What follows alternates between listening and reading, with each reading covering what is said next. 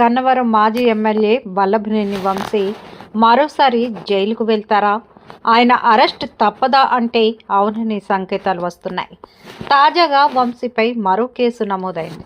తనను అక్రమంగా నిర్బంధించి బెదిరించారని, కొట్టారని పేర్కొంటూ విజయవాడలోని మాచవరానికి చెందిన సునీల్ అనే వ్యక్తి వంశీపై ఫిర్యాదు చేశారు.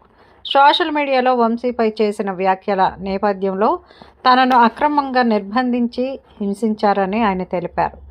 ఒకానొక సమయంలో చంపేస్తామని బెదిరించారని కూడా పేర్కొన్నారు. గత ఏడాది జూలైలో తాను వంశీ వ్యవహారాలపై సోషల్ మీడియాలో స్పందించినట్లు సునీల్ తెలిపారు. ఆయనపై అక్రమ మైనింగ్ కేసు నమోదైన తర్వాత దానికి సంబంధించిన విషయాలను ప్రస్తావించడంపై తనను ఇబ్బంది పెట్టారని వెల్లడించారు. దాంతో మాచవరం పోలీసులు వంశీ సహా మరో 6గురిపై కేసు నమోదు చేశారు.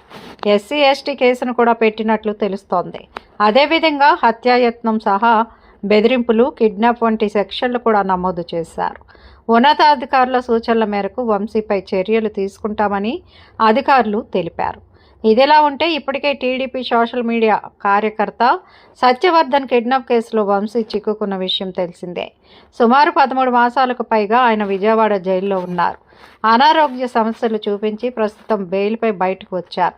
దాంతోపాటు అక్రమ మైనింగ్, ఎన్నికల అధికారులను బెదిరించడం వంటి కేసులు కూడా వెంటాడుతున్నాయి. ఇలాంటి సమయంలో అనూహ్యంగా సునీల్ అనే వ్యక్తి ఫిర్యాదు చేయడం గమనార్హం.